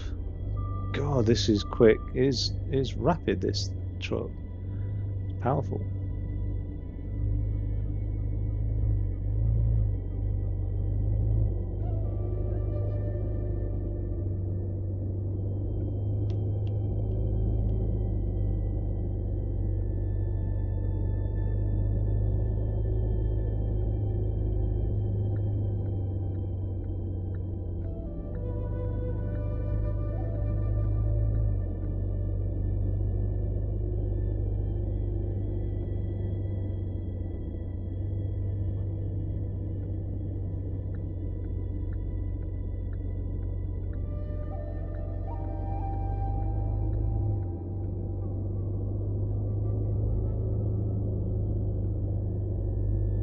Song. I can't remember what kind of jobs he was given out, actually.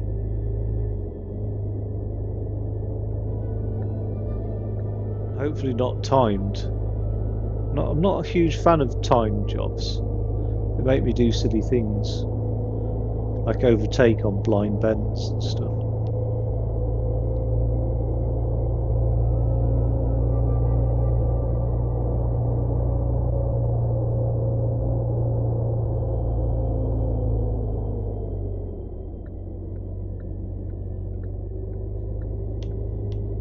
What's gone on here? Oh, on its side.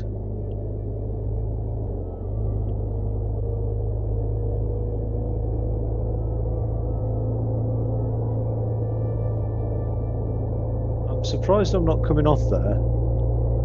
So I'm now starting to think, how far have we got to drive to get to David Song? Oh, all the way around there, is it? And he's down there. But to get to him, if I was to get to him, it's a really awkward bloody drive. Oh, it's not that bad actually, is it? But no, we'll stick with David Song.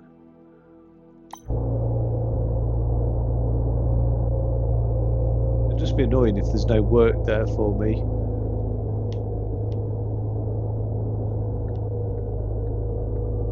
And I have to come all the way back.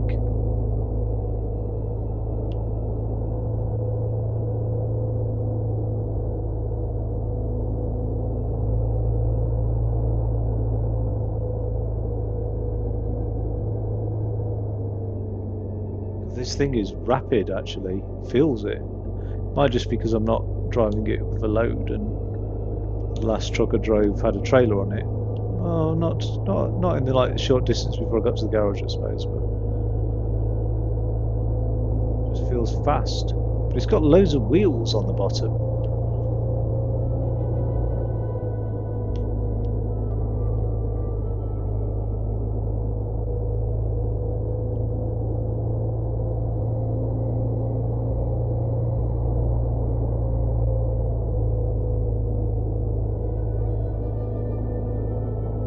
Sky out there,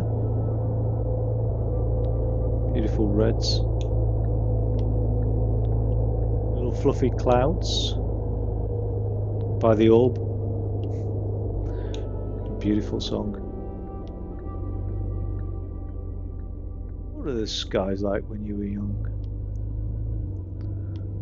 I remember them like an arm fragment of there were pinks and yellows and blues and the clouds, they would just go. I can't remember the beginning little bit of dialogue, but it's pretty cool, and I'm sure it's from a film as well. I've got to keep meaning to Google that, but I'm sure it's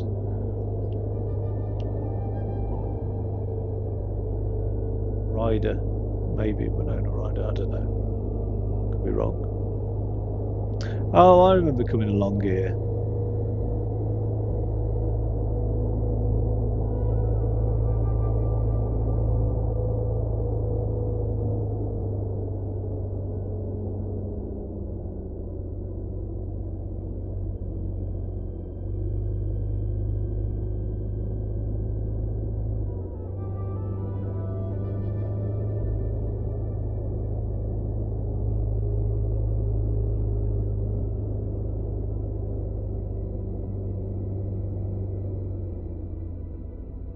And then, if memory serves, best off just going left here because it's just over here.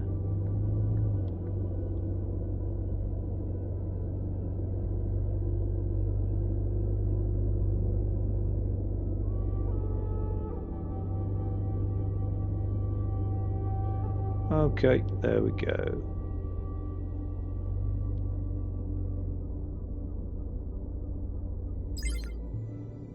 Waste of time.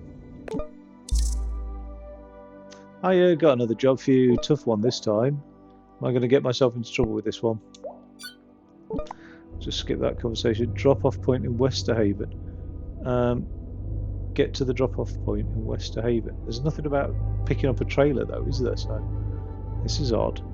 Right, where's Westerhaven? It's all the way down here. Oh, that's quite a trek, isn't it? Oh, we're just next to him as well. Right, let's get this one done.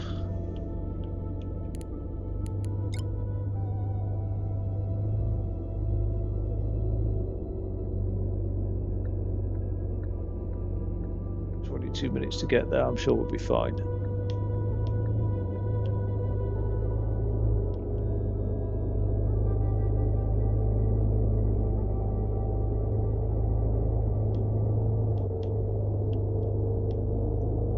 Yeah, the driving on this, like I haven't had, and I've been putting my foot down as well, and I haven't had many accidents, or any accidents. I don't think I've had a single collision with anything. Car, barrier. This is about the time when I say I haven't collided with anything, and then I end up with a collision. But I mean, I've had some near misses, but I haven't actually had a collision. Because I think Bus Simulator would be a different matter altogether. I know he's slamming his brakes on. Oh, there we go. There's a collision. Oh no, I must have had a collision because I did have a truck damaged. Oh yeah, I collided with a barrier before I got to that pier. Oh well. It says truck damage, but that car's probably come off worse than I have. Now, I don't know if that affects my XP from the job. Hopefully not. Fingers crossed. We'll see. I think that was a recovery truck, that thing.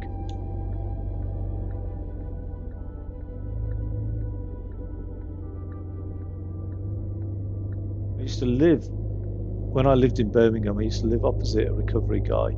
A solo operator of recovery trucks, and I don't know what I was doing at the time. I've never had a perfect sleep schedule. I've never been completely diurnal, but I would be up late at night, and I'd often see him getting in this truck going out late at night. And I used to think, oh god, that is a tough life. And then I found out how much they fucking charge us for recovery. It was insane. I was like, whoa. That guy is absolutely making a fortune. Some of these recovery operators, I think all of them, can make an absolute fortune. You know, from just even the call out fee can be a few £100 just to even get the call, let alone by the time you've done everything and stuff. I think I'm going. Yeah, I'm on the main road. I'll be taking the next exit. I don't want to be going too fast.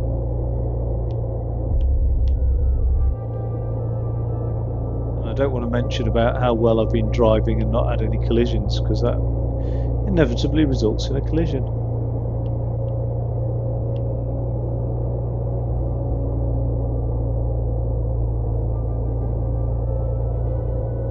Why has he just changed lanes? What does he know that I don't know?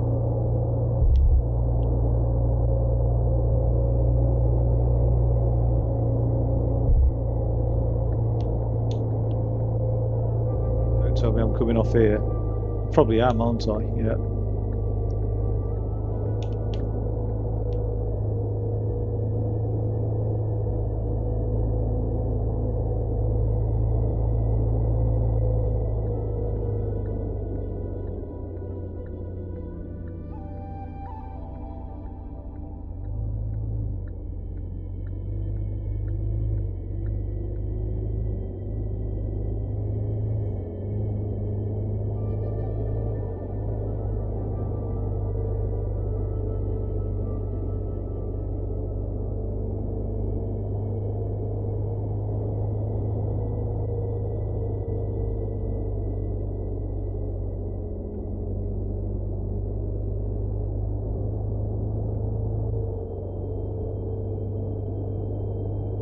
Made a good time again. I always get a bit panicky, thinking, God, I really put my foot down.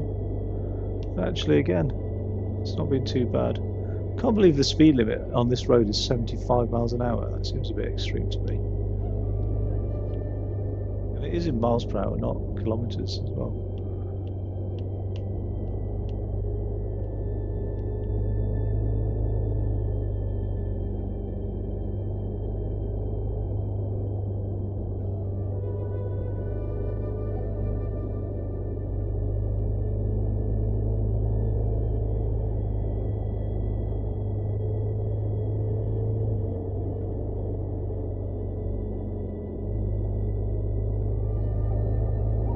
Westhaven was one of the first places in fact, I think it is the first place I went to on this map. You start off in the garage south of Westerhaven, and your first job is Westerhaven. Actually, I completely forgot about the place. Got a nice little lighthouse there, which I don't think we get to see, depending on where we're going. In Westerhaven. Oh, what's that? What's that for? Motherfucker, you just broke. You just brake for no reason whatsoever.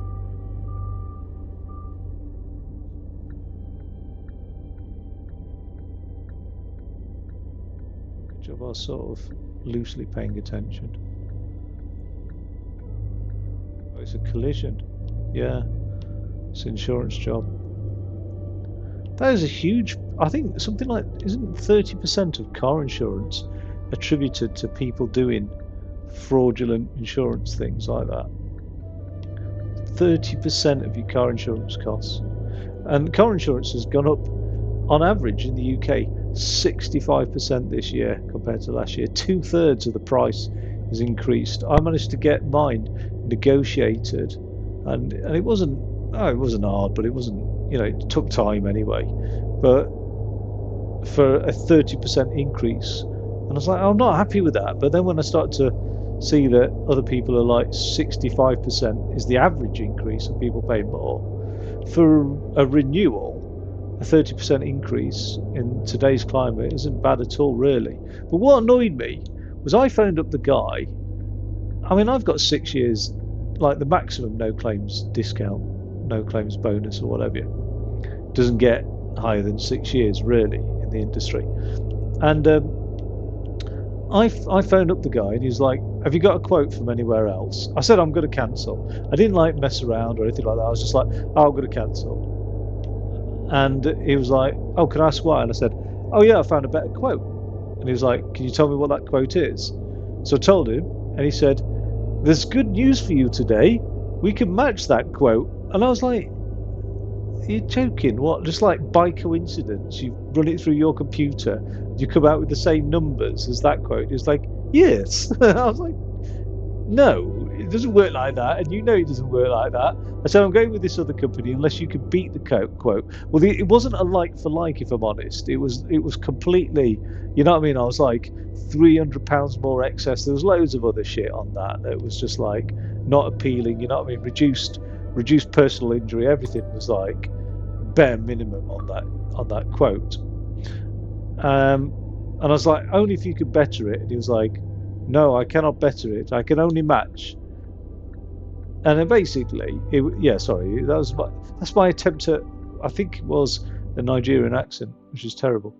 But yeah, anyway, I ended up just like, I just wish I picked another lower number out of the thin air, do you know what I mean, than that one. What's going on here? Oh, this is sometimes where the guys change their mind, isn't it? Oh, this truck isn't brand new anymore because I've done a bit of a crash, haven't I? Damn it. Forgot about that. Drive to Zuidbij, which I think, yeah, is along here, northwest. It's not that far, but that clock is ticking.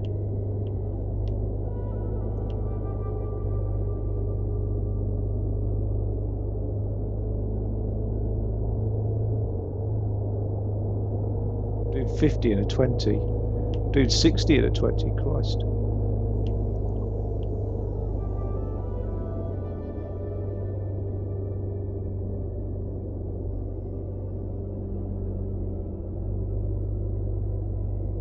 It's still only a 20. That strikes me as odd. Something's not gone right there.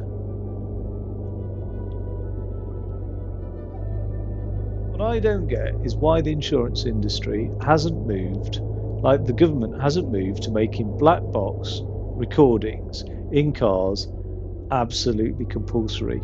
Like, I have had one accident in the last 20 years, and that was I ran into somebody in traffic as I was pulling out, and I just underestimated how close he was to me, and I gave him a little ding on the car. He was quite upset actually because he was like, "I've just had this car washed." But he was a really nice guy anyway. But yeah, that one little ding, God knows what the cost that would have been. You know, a few £100, probably the cheapest. It was like nothing, right? That was it. That was like 7 years ago or something like that. I'm a good driver. I don't. I have not made a claim off my insurance for anything, and anything that I could have claimed, like a wing mirror knocked off and stuff, I've pretty much fixed myself and not announced anything. Do you know what I mean? So I've been completely claim free. So why the hell am I paying an increased premium for everybody else? That's what it feels like. It's fucking annoying. So I would love the opportunity to have a black box in my car. I don't do the mileage day to day anymore. Like nowhere near the mileage. Do you know what I mean? Annual mileage. Like so again, I should be not paying anywhere near. I don't know. But that's, I suppose, what happens, isn't it? We all end up paying for the minority of people, don't we?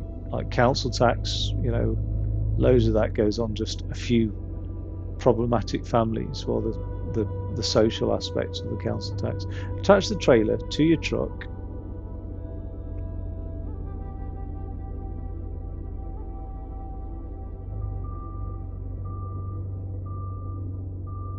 Yeah, it's like, I mean, I know it's a bit selfish, but I don't, I don't think it's wrong at all. But like, if people's houses get flooded, why should my insurance premium go up for contents insurance or building insurance or anything? It doesn't make sense. Like, I'm not at risk, I'm not the increased risk. And yeah, you could then argue, well, their contents and household insurance will go up a lot more. Well, yes, because they're more at risk. Do you know what I mean? Like that's how insurance works. Like, and you know, I'm sorry, but I know there are some situations where people have had houses that have been perfectly fine for like 80 years and then now all of a sudden are at flood risk. I get that. But there are a lot of people who've bought houses on floodplains. Like, I'm sorry, but like, don't do that. Do you know what I mean? And don't expect other people's insurance, or don't expect that you should be able to get insurance. Oh my God.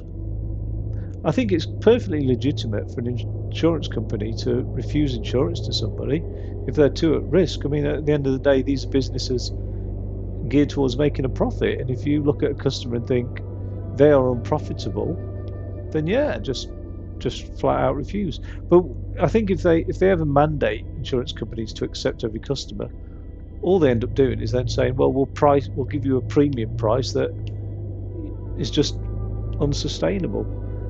What I didn't do is check this tanker on the back of this truck to see how big it was actually. Oh God, it's a big one, isn't it? Bloody hell. I'm glad I've got my 8-wheel tractor. Shit. It's massive, this. I didn't realise it was so big. Yeah. Okay, so gonna have to swing out with that one then, if needs be. Now, how far have I got to go? You're joking. Oh, no way. 8 minutes to do that journey. Bloody hell. I don't think I've been, like, taking my time. I think I've had my foot down most of this journey, so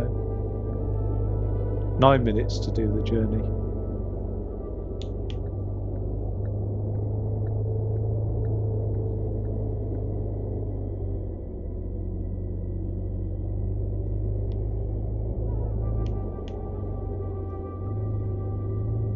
God, that's snaking a bit. Flipping heck, it's heavy.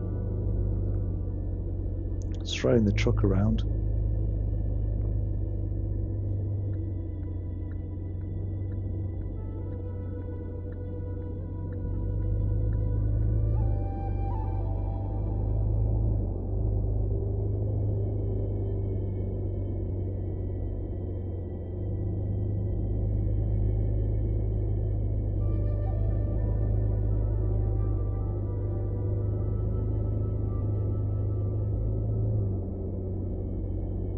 Do I overtake?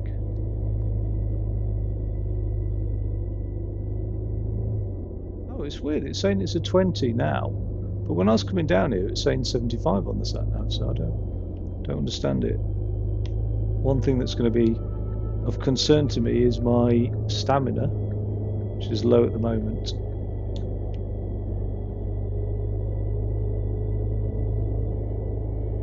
Well, it's got some power, this truck, because I mean, to pull a trailer like that heavy and be able to overtake like that in an instant. And I've got the like the lesser of all the sort of factory fitted engines in it, if you know what I mean. So when I start upgrading the engine on this, it'll be a monster.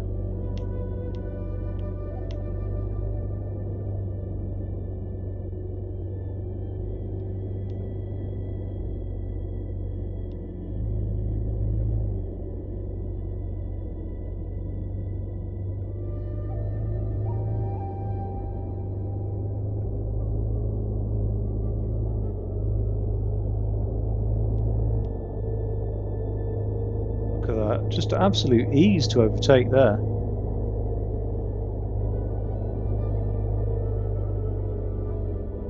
Now, there is a sleepy bed thing up here on the right hand side, I think, but I can't use it while I'm on a timed mission like this.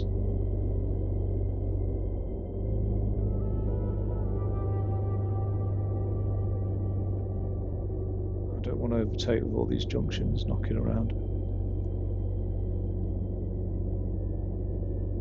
Maybe this car.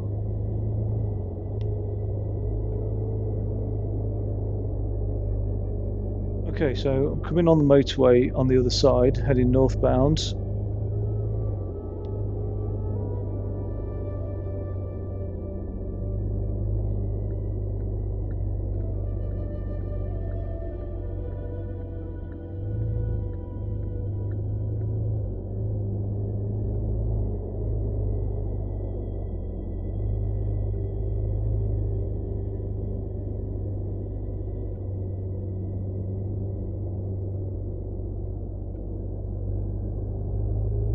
Oh, he's put his foot down.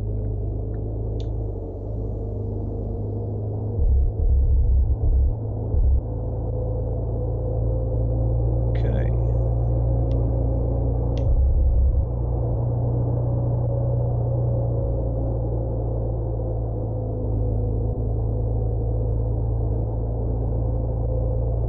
So am I coming off here?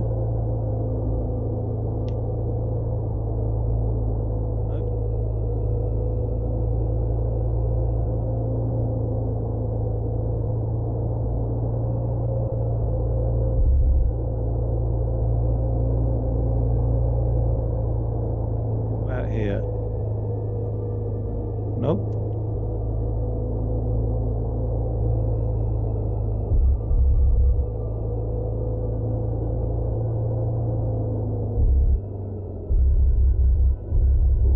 It's a little bit too fast for my handling then.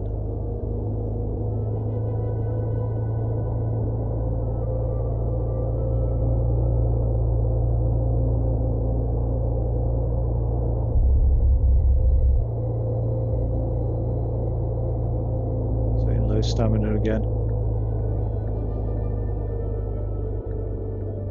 Got 4 minutes to go. Come on, don't dick around. I don't like these time jobs at all. They really do put me in a panic.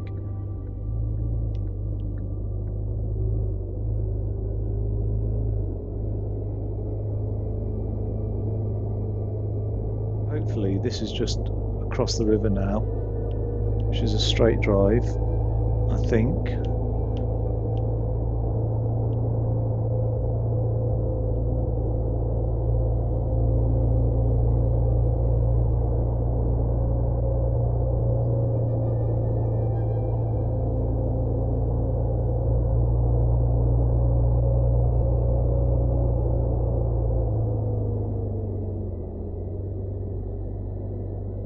Brakes on this thing as well.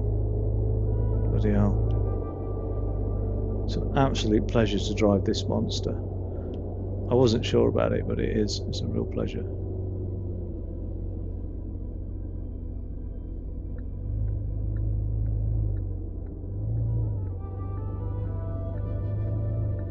where do we actually park it?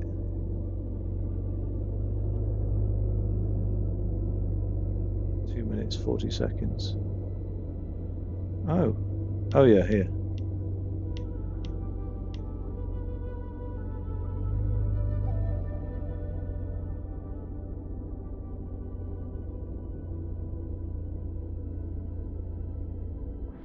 Why am I not on 100%, eh?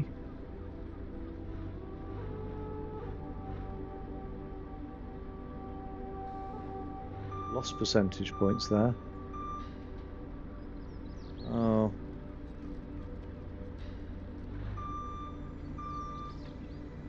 That'll have to do.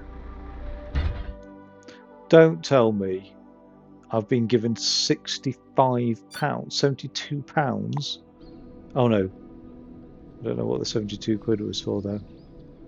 If you were crypto, I'd go all in. Oh, okay. Right. So, 3 grand. That's helped actually, enormously. Oh, that's weird. There's a trailer over there.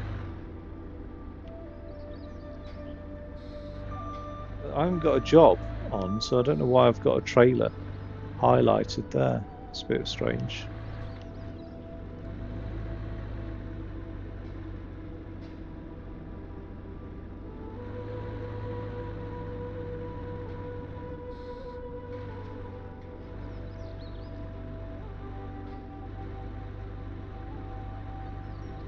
And there we go.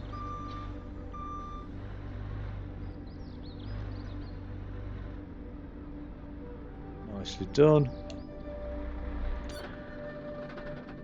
Okay, well, that's been a nice little session. I needed that actually. Something just chilled, have a rant. Chilled and have a rant. I don't think those two things go hand in hand. But yeah, cool. Done a few jobs back on the mainland. Happy with that. Gonna sign off, get something to eat, and I'll be back for something else in a bit, probably. I don't know. Yeah, probably. All right, take it easy. Thanks for watching.